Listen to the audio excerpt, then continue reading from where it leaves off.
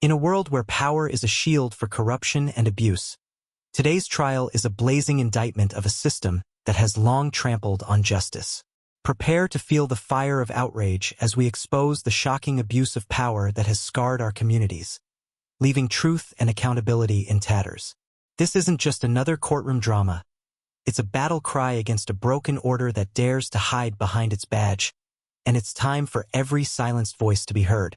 In the grand marble corridors of Newport County Courthouse, the air was thick with anticipation and unspoken tension.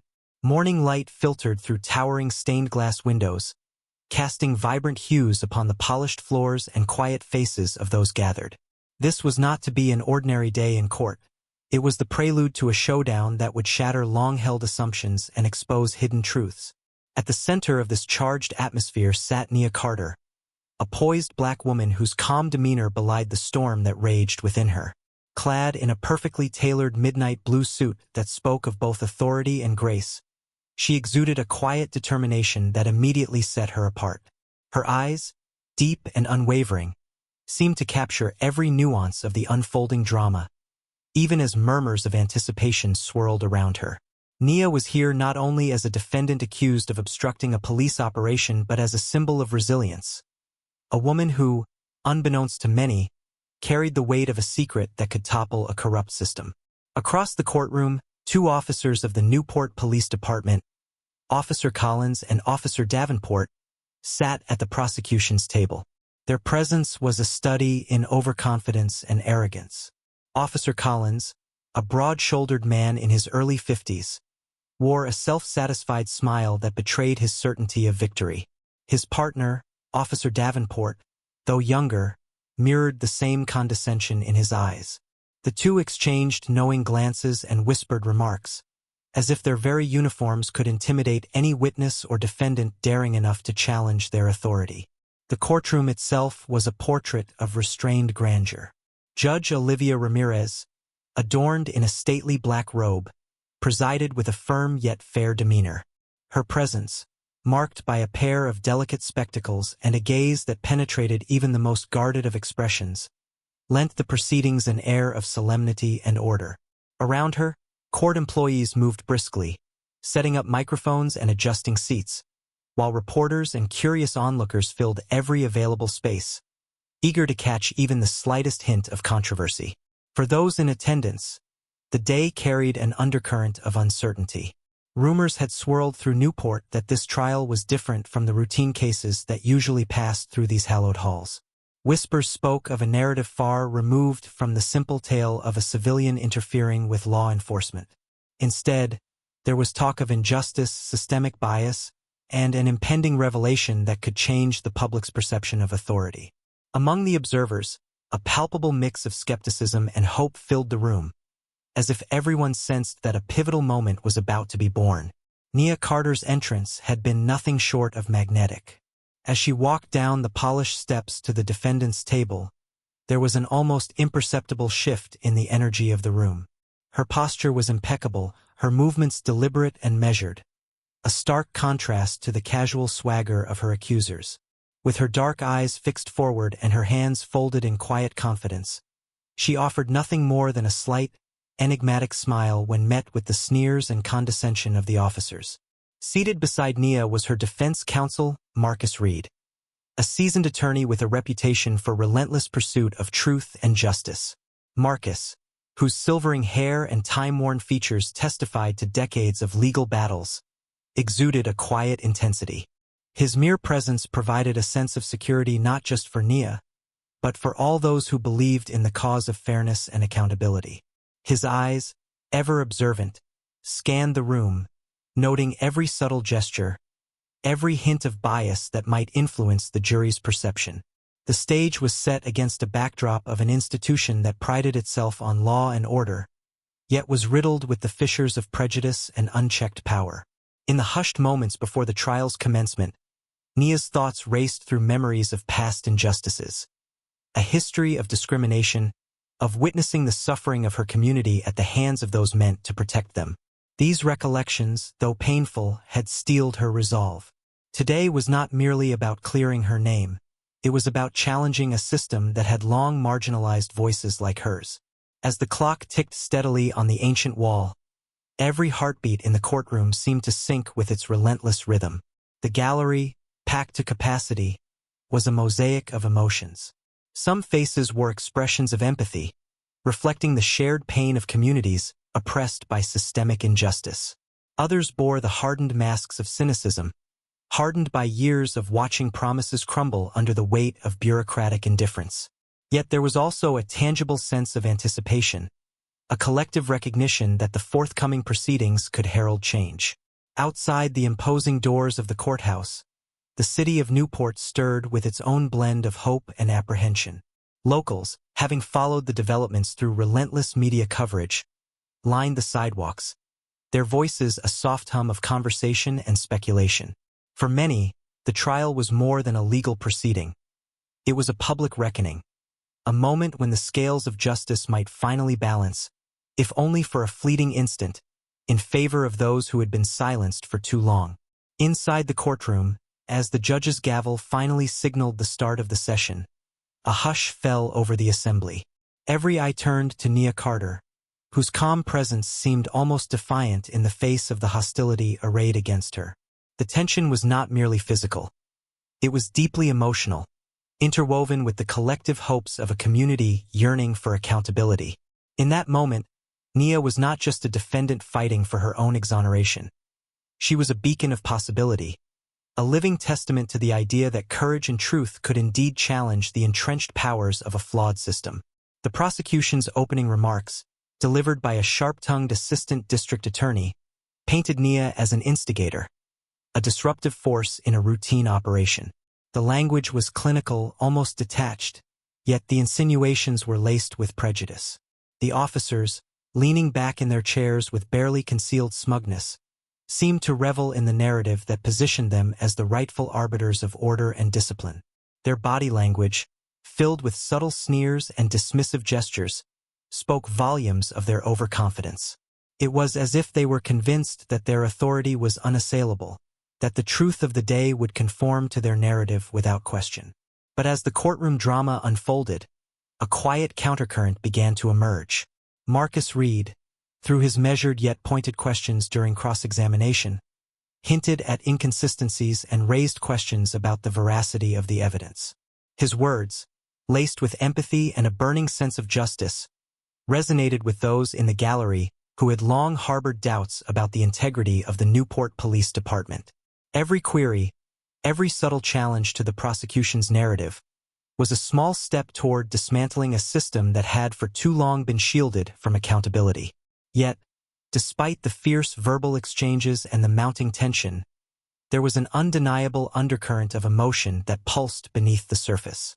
For Nia, the trial was a personal battle, a confrontation with the very forces that had once made her feel powerless.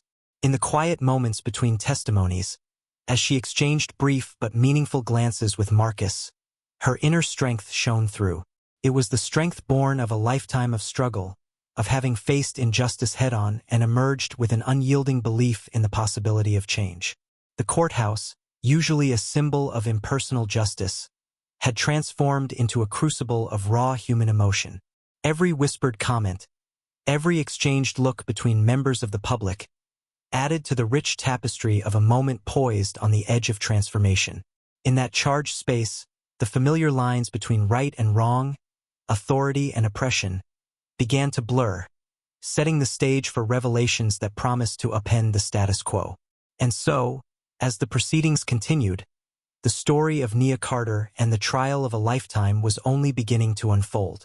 The stage was meticulously set for what would soon become a battle not just for an individual's reputation, but for the soul of a community yearning for justice.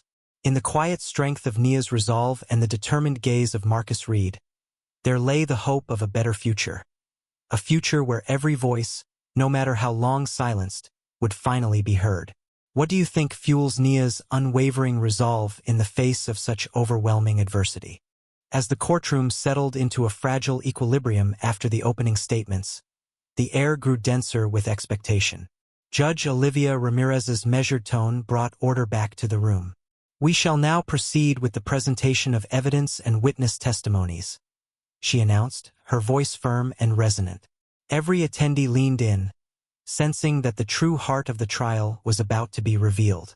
Marcus Reed rose from his seat beside Nia Carter, his eyes scanning the jury with a mix of determination and quiet empathy. Today, he was not merely defending his client. He was challenging a system steeped in prejudice. The first witness to take the stand was Mr. Anthony Brooks, a community advocate known for his outspoken criticism of the Newport Police Department's practices. His reputation, built over decades of community service, lent his testimony a gravitas that the courtroom could not ignore. Anthony's voice trembled at first as he recounted the events of that fateful day.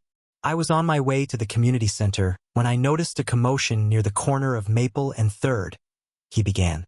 His narrative painted a picture of a chaotic scene. Police vehicles, stern-faced officers, and a disoriented crowd. I saw Nia approaching the officers. From my perspective, she appeared calm, even concerned, as if she was trying to understand what was happening rather than provoke it." His testimony slowly dismantled the prosecution's claim that Nia had been aggressive or confrontational. As Anthony continued, his words evoked a blend of sorrow and indignation. "For years, I've witnessed our community suffer under excessive force and unjust treatment. This isn't an isolated incident. It's part of a pattern." His voice rose in passion, and the courtroom murmured in response.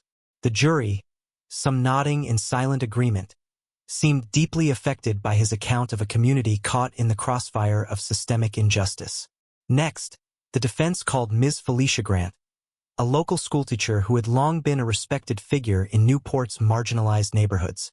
Felicia's soft-spoken yet resolute manner captured the attention of everyone present. "I have seen too many children grow up fearful of those meant to protect them," she confided. Felicia recalled a previous incident in which police had raided her neighbor's home without sufficient cause, leaving the community in shock. "When I saw Nia that day, I recognized in her a mirror of the bravery that our community desperately needs," she added, her eyes glistening with unshed tears. Her testimony resonated with the gallery, many of whom had similar stories echoing in their hearts. Officer Collins and Officer Davenport were then called to the stand. The courtroom's atmosphere shifted palpably as the two men prepared to recount their version of the events. Officer Collins, with his broad shoulders and a practiced air of authority, maintained a rigid tone. "It was a standard operation.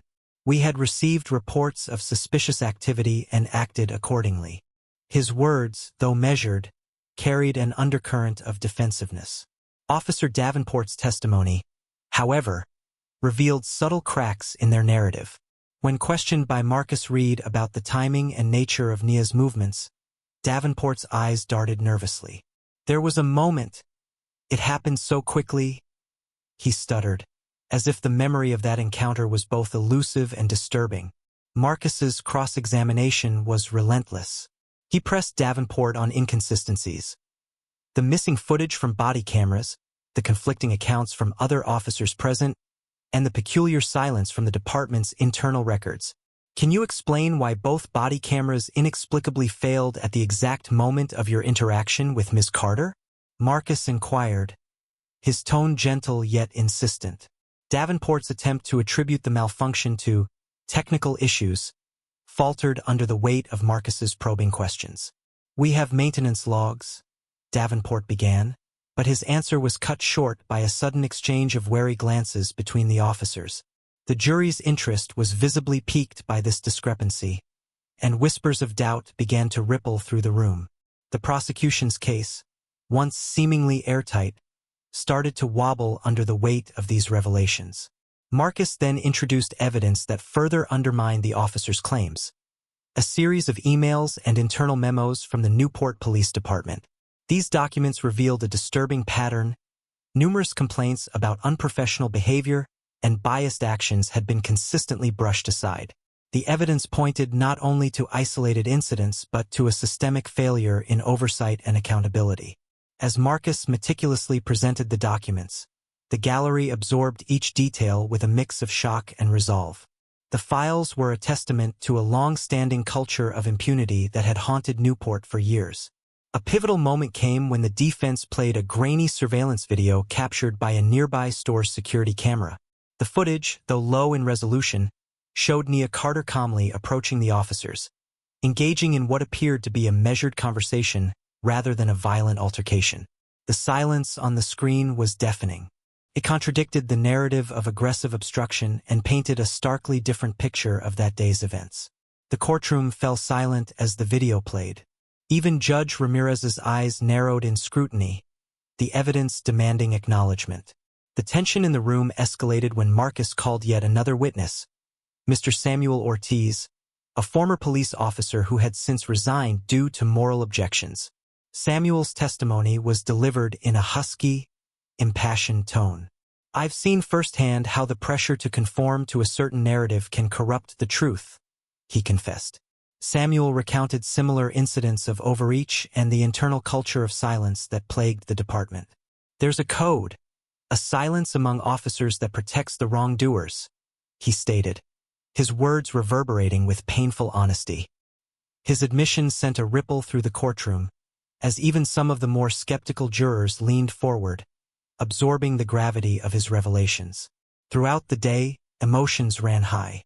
The gallery, composed of community members, activists, and ordinary citizens, was visibly moved. Some individuals clutched tissues, others exchanged knowing glances, and a few even wept softly as the testimonies unfolded. The energy in the room was a potent mix of hope and outrage, a collective yearning for truth in the face of systemic corruption. Amidst the mounting tension, Nia Carter remained an emblem of quiet strength. Every time a witness testified, her eyes flickered with a subtle blend of pain and determination. She was not merely a defendant on trial. She was a voice for those silenced by years of injustice. In the brief interludes between testimonies, she exchanged meaningful glances with Marcus Reed, whose unwavering commitment to uncovering the truth provided her with silent reassurance. Judge Ramirez, ever vigilant, interjected at several points to maintain decorum. Her measured interventions served as a reminder that while the proceedings were charged with emotion, the pursuit of justice required clarity and fairness. "Let us remain focused on the evidence before us," she would say, her voice a steady anchor amidst the storm of testimony. As the day progressed, the prosecution's strategy began to crumble. The cumulative weight of contradictory evidence, impassioned testimonies, and undeniable proof of departmental malfeasance had cast long shadows over their earlier claims. The once confident narrative of a law-abiding operation gave way to a mosaic of inconsistencies and deeply troubling revelations.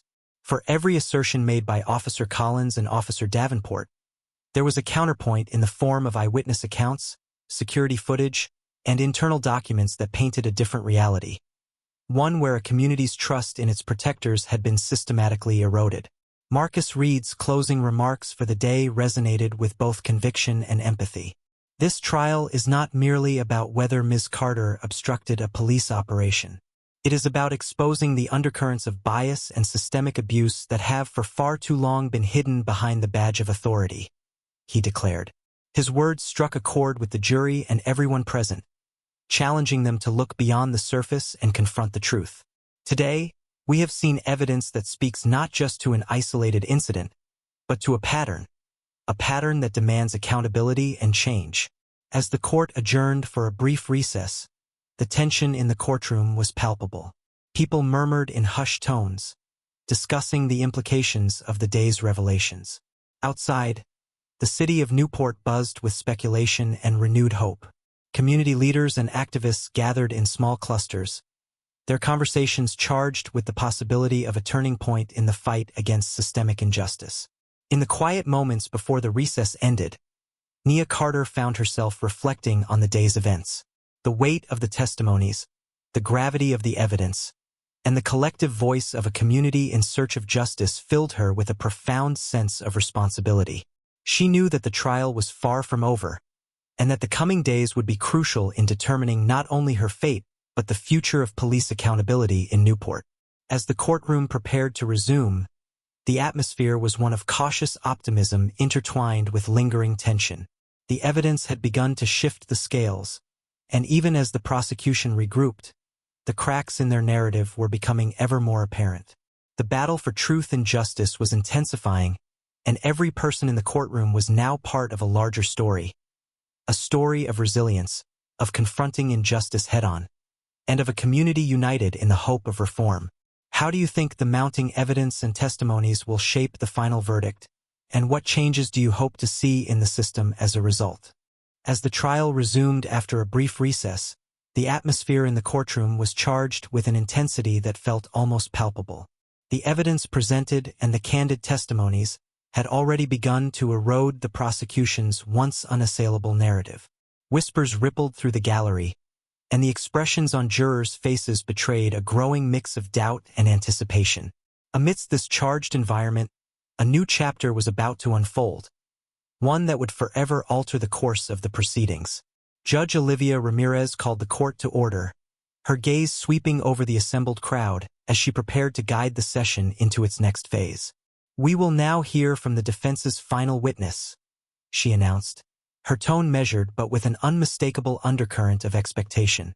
All eyes turned toward Nia Carter, who sat quietly beside her esteemed attorney, Marcus Reed. For hours, Nia had maintained a composed silence, a silent protest against the systemic injustices that had brought her here. Yet, today, it was clear that her reserved demeanor belied an inner resolve that was about to burst forth. Marcus Reed rose, clutching a folder filled with meticulously organized evidence. His eyes met those of each juror as he began his opening remarks for the final witness. "Ladies and gentlemen of the jury," he said, his voice steady yet resonant. "What you have witnessed so far is not just an isolated case of alleged misconduct. It is a reflection of a broader, systemic failure that has allowed prejudice and abuse to persist unchecked." His words hung heavily in the air, serving as a prelude to the moment that everyone had been waiting for. Then, with deliberate calm, Marcus introduced the next witness, Dr. Cassandra Hayes, a nationally recognized expert in law enforcement accountability and civil rights advocacy. Dr. Hayes had spent decades analyzing patterns of misconduct within police departments across the nation, and her testimony carried the weight of both academic rigor and personal conviction. As she took the stand, a hush descended over the courtroom.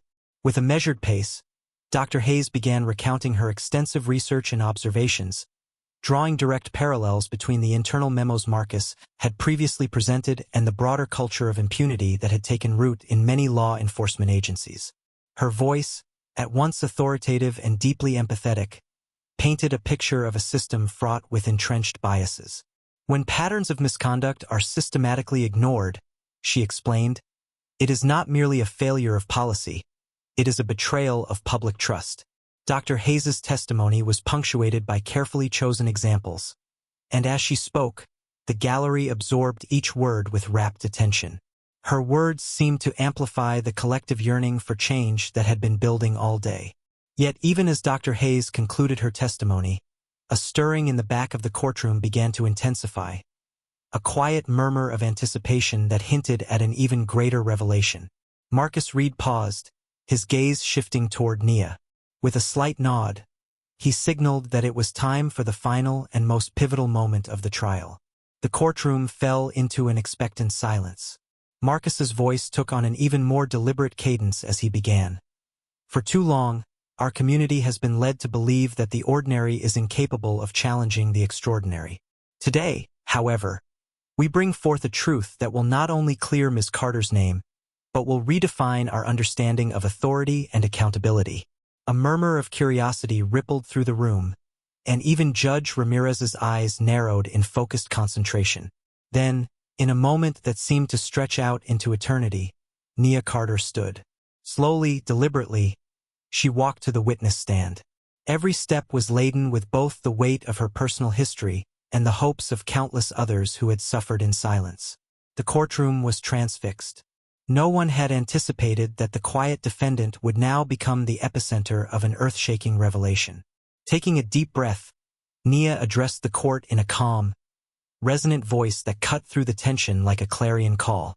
"I stand before you today not just as a defendant in this trial, but as someone who has dedicated her life to the protection of civil liberties and the fight against systemic injustice. A ripple of shock passed over the audience as she continued, "I am Nia Carter. Yes, but more importantly, I am the newly appointed director of the National Office of Homeland Security." The words hung in the air, each syllable reverberating off the walls of the historic courthouse. Gasps erupted among the spectators. The murmurs grew louder, and the expressions on the faces of the jury, the officers, and even the judge shifted from skepticism to astonishment. For a moment, time seemed to stand still. The revelation transformed the courtroom dynamics completely. Those who had once viewed Nia as a mere civilian now saw before them a figure of immense authority and responsibility. A leader whose position in the federal hierarchy carried the weight of national security and the promise of reform. Officer Collins and Officer Davenport, who had earlier exhibited smug confidence, now sat in stunned silence. Their earlier arrogance had evaporated, replaced by a palpable sense of dread. The veneer of invulnerability that had long protected them was crumbling before the eyes of everyone present. Even Judge Ramirez's composed demeanor faltered slightly as she processed the seismic shift in the narrative. Marcus Reed allowed himself a brief, satisfied nod as he observed the unfolding reaction. The evidence, the testimonies, and now this monumental revelation had all converged to deliver a powerful message. No one, regardless of their badge or bravado, was above accountability. The courtroom, which had become a battleground for truth and justice, was now witnessing a transformation of its own, a shift in the very balance of power. Nia's voice, now imbued with the authority of her new role, resonated with a quiet yet unmistakable power. "I have dedicated my career to dismantling the structures of oppression and ensuring that every citizen's rights are protected. Today, I ask you to look beyond the preconceived narratives and see the truth for what it is, a truth that demands reform, not just for me, but for every person who has been marginalized by a system that too often operates in the shadows." Her declaration was met with a tumult of reactions. Some jurors exchanged glances filled with newfound respect and determination. Community members in the gallery wept openly, their tears a mixture of relief and catharsis. And even a few of the prosecution's supporters appeared to reconsider their earlier convictions. In that moment, the trial transcended its immediate context, evolving into a broader movement for change, a call to action against a system that had long been compromised by prejudice and unchecked power. The ripple effects of Nia's revelation extended far beyond the confines of the courtroom. Reporters in the gallery feverishly scribbled notes, capturing every detail of this historic pronouncement. Social media buzzed with the news in real time, and within moments, headlines began to take shape. Headlines that spoke of justice, reform, and the undeniable strength of a community united by truth. Amid the flurry of astonishment, Marcus Reed resumed his role, seamlessly guiding the court back to its proceedings while ensuring that the magnitude of the revelation was not lost on anyone. He emphasized that the significance of Nia's position was not merely symbolic. It was a clarion call to the entire nation to re-examine the principles of law enforcement, accountability, and civil rights. "This trial," he declared, "has become a turning point. It is an opportunity for us all to demand a system that respects the dignity of every individual, regardless of their background or station in life." The defense then proceeded to present further evidence and expert testimonies that underscored the systemic issues within the Newport Police Department. Documents, once hidden in bureaucratic obscurity, were now scrutinized under the public eye. Testimonies of other victims of misconduct were brought forth, weaving a tapestry of personal stories that illustrated the far-reaching impact of police overreach and indifference. Each piece of evidence was a building block in the larger narrative of a community that had long suffered under the weight of systemic injustice. As the session drew to a close, the courtroom was imbued with an electric sense of possibility. The once dominant narrative of the prosecution had been thoroughly upended. The revelation of Nia's true identity had not only redefined the stakes of the trial, but had also ignited a spark of hope among those who had been yearning for accountability. In that charged moment, it was clear that this trial was more than a legal proceeding. It was a watershed moment for justice and reform. As the day came to an end, and the courtroom slowly emptied, A quiet but determined energy lingered in the air. Nia Carter, now recognized not only as a defendant but as a trailblazer in the fight for civil rights, took a moment to reflect on the journey so far. Her heart pounded with a mixture of exhaustion and exhilaration. The road ahead was still fraught with challenges, but the revelation had fundamentally altered the dynamic, leaving behind an indelible mark on everyone present.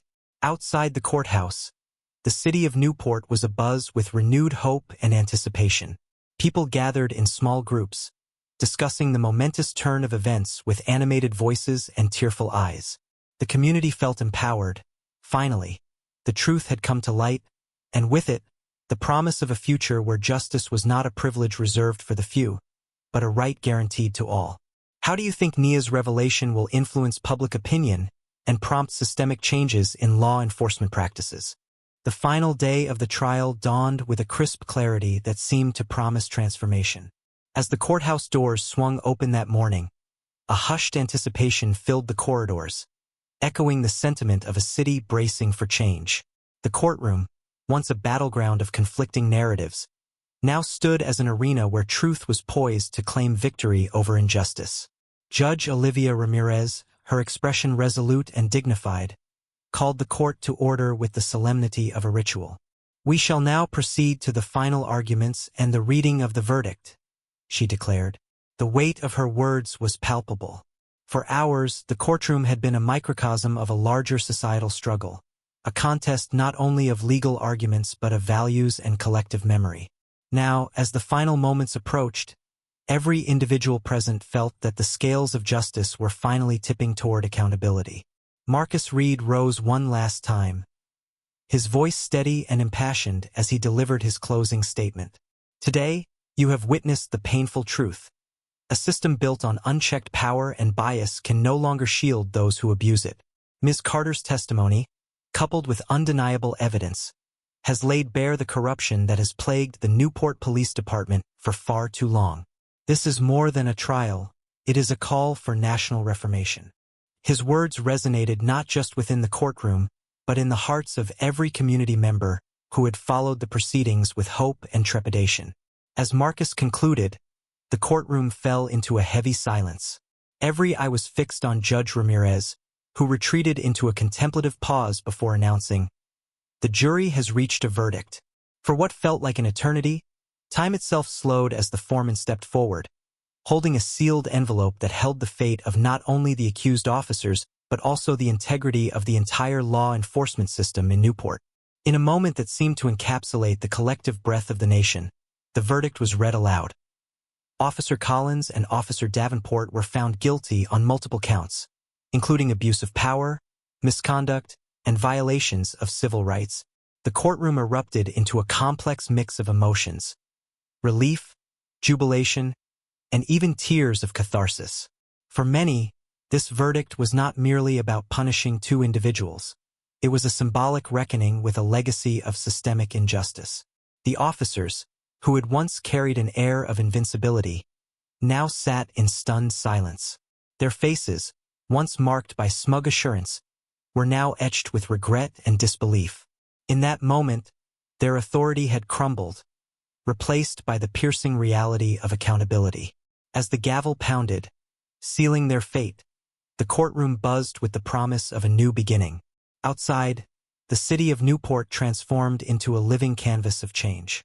News of the verdict spread like wildfire, igniting conversations in coffee shops, living rooms, and public squares. Protesters, community leaders, and everyday citizens took to the streets, not in anger, but in a fervent celebration of justice finally being served. Social media platforms were inundated with messages of solidarity and hope, as hashtags like #NewportReform and #JusticeForAll trended nationwide. Yet, amid the jubilation, Nia Carter stood quietly apart from the crowd in the courthouse foyer. The revelation of her true identity, the director of the National Office of Homeland Security, had been the fulcrum upon which this trial had turned. Now, as she absorbed the historic verdict, her mind was already racing ahead to the monumental task of reforming an entrenched system. Though the legal battle had ended, she knew that the journey toward comprehensive reform was only beginning. In the days that followed, the impact of the trial resonated far beyond the courtroom walls. The Newport Police Department was placed under intense scrutiny.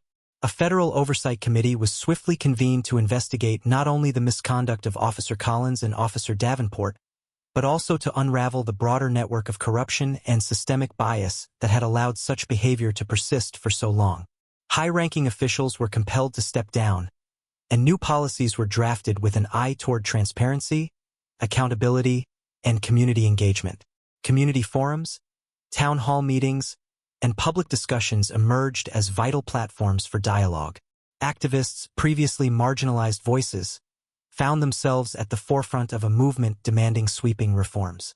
In these gatherings, citizens shared personal stories of injustice and, together, forged a collective resolve to ensure that history would not repeat itself. Schools and community centers organized workshops on civil rights and legal accountability, nurturing a new generation of informed citizens ready to challenge systemic failures. Within the corridors of power, political leaders recognized that the trial had catalyzed a shift in public sentiment. Legislators from both sides of the aisle began introducing bills aimed at overhauling police practices, increasing funding for community-based programs, and establishing independent oversight bodies. National media outlets, having covered every twist and turn of the trial, now turned their attention to the ripple effects of the verdict.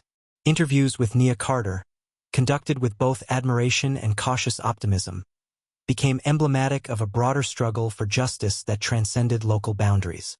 At the helm of these transformative efforts, Nia embraced her dual role as both a legal figurehead and a public servant dedicated to systemic reform. In a series of town hall meetings broadcast live across the nation, she articulated a vision of policing that prioritized accountability, fairness, and respect for civil liberties.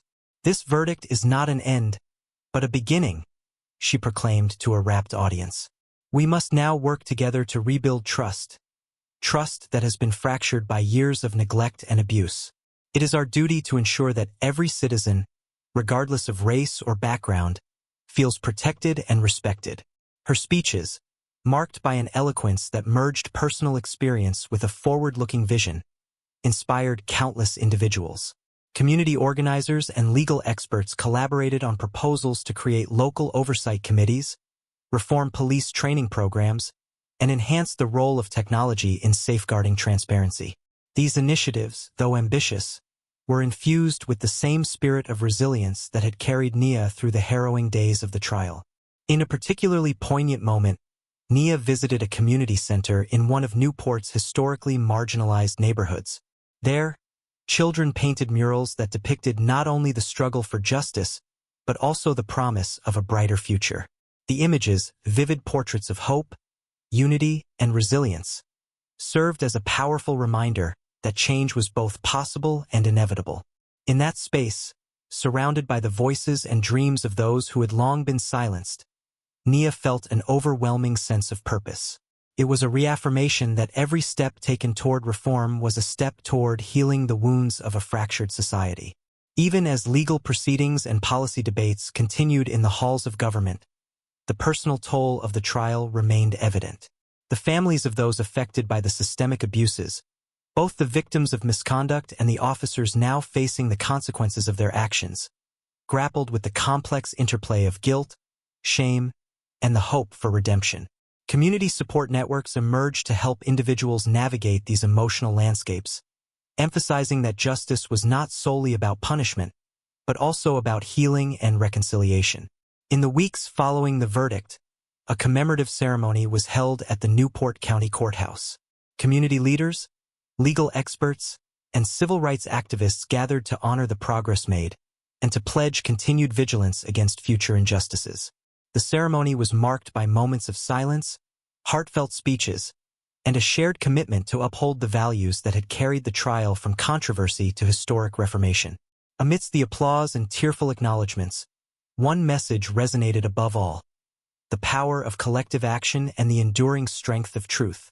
As the sun set on that transformative day, Nia Carter found herself alone in her modest office, a space that now symbolized not only her personal journey but also the new chapter in public service she was about to embark upon. In the quiet solitude, she reflected on the events that had unfolded. The courageous testimonies, the dismantling of long-held myths, and the monumental responsibility that came with her new role. The path ahead was daunting, fraught with challenges and the risk of backlash from entrenched interests. Yet, as she gazed out at the city lights shimmering in the twilight, she felt an unwavering certainty. Justice, once a distant ideal, was now a tangible force, ready to reshape the future of Newport and, perhaps, the nation. In that reflective moment, she penned a simple note, a promise to herself and to every individual who had placed their faith in the power of accountability. It read, "Today, we have not only witnessed justice but have taken the first step toward a future where every voice matters, every act of abuse is met with consequences, and every community can thrive in the light of truth." The note was later shared with her team and became a rallying cry for the reform movement that was gathering momentum. The echoes of that historic trial continued to reverberate long after the courtroom had emptied. Legal scholars cited it as a watershed moment in the ongoing struggle for civil rights, and community organizers drew inspiration from the unity and resilience displayed by the people of Newport. Across the country, similar cases were re-examined, and calls for transparency and reform grew louder. The trial had ignited a spark that promised to kindle the flames of change in even the darkest corners of institutional injustice.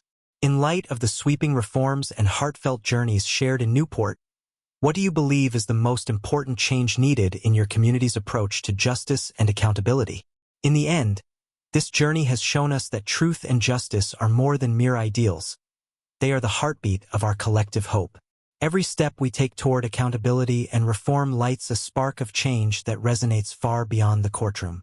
We have witnessed the courage of those who dared to stand up against systemic injustice, and we have seen that every voice, no matter how small, carries the power to transform our world. Let this story remind you that love and compassion are our greatest strengths. When we stand together, united by our shared values, we can heal old wounds and build a future where fairness prevails. Cherish the lessons of empathy, perseverance, and the unwavering belief in a better tomorrow. Your passion for justice and your commitment to change inspire us all. Thank you for being part of this journey. If this message touched your heart and stirred your spirit, please show your support.